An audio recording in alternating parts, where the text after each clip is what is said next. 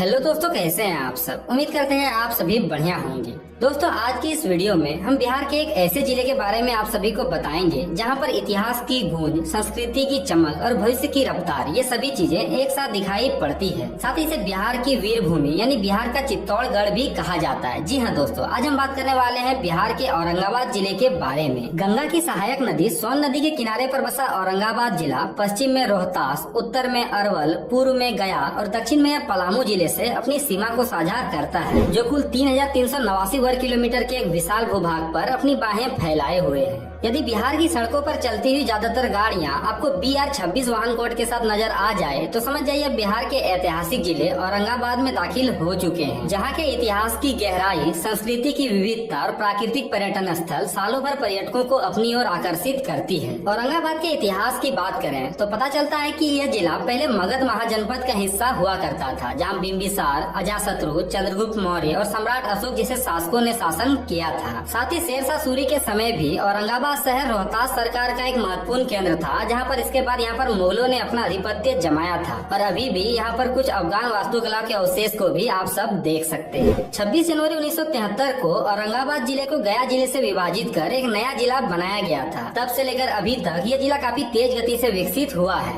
अभी के मौजूदा समय में औरंगाबाद जिला 11 प्रखंड और 1884 गाँवों में विभाजित है, जो यहाँ की प्रशासनिक स्थिति को नियंत्रित करती है। साथ ही आप सभी की जानकारी के लिए बता दें कि औरंगाबाद जिले के देव ब्लॉक में चौरसिया कम्युनिटी द्वारा बनाए गए मगही पान को GI टैग का दर्जा भी प्राप्त हुआ है। इकोनॉमिक एक्सपेक्ट में देखें तो औरंगाबाद जिले का आर्थिक स्वरूप मुख्य रूप से कृषि और औद्योगिक गतिविधियों पर निर्भर है, जहां पर इन सब के अलावा भी हस्त निर्मित वस्तुएं जैसे कालीन, कंबल और पीतल के बर्तन बनाए जाते हैं। औरंगाबाद एक कृषि प्रधान जिला माना जाता है, जहाँ पर सोन नदी के अलावा भी पुनपुन, बठाने, अदरी, मदर और मोहर नदियों की पानी को सिंचित कर यहाँ पर खेती की जाती है। यहाँ के किसान मुख्य रूप से चावल, गेहूं, ग्राम, दलहन और तिलहन की खेती करते हैं, जो यहाँ की अर्थव्यवस्था में एक महत्वपूर्ण योगदान देता है। साथ ही औद्योगिक संयंत्रों की बात करें तो यहाँ के नवीनगर में स्थित 4380 मेगावाट के सुपर थर्मल पावर प्लांट को देश के सबसे बड़े संयंत्रों में से एक माना गया है, जिसके माध्यम से औरंगाबाद को बिजली राजधानी के रूप में स्थापित करने का लक्ष्य बनाया गया है। लघु उद्योगों की बात करें तो यहाँ पर मुख्य रूप से आपको कपड़ा उत्पादन और चीनी मिल के कारखाने नजर आएंगे, जो यहाँ के साथ साथ अन्य जिलों के लोगों को भी रोजगार के अवसर प्रदान करते हैं। तो आइए अब जानते हैं जिले के कुछ न्यूमेरिकल डेटा के बारे में। तो 2011 की जनगणना के अनुसार औरंगाबाद जिले की कुल आबादी तकरीबन 25.4 लाख के आसपास है, जो प्रति वर्ग किलोमीटर के क्षेत्रफल में लगभग 769 लोगों का जनसंख्या घनत्व बनाती है। साथ ही लिंगानुपात के मामले में यहाँ के प्रत्येक 1000 पुरुषों की जनसंख्या मात्र 926 महिलाओं पर निर्भर है। 70.32% की साक्षरता दर के साथ औरंगाबाद एक पढ़ा लिखा जिला माना जाता है। साथ ही बात करें यहाँ के लोगों के स्थानीय भाषा की तो यहाँ के ज्यादातर लोग मगही,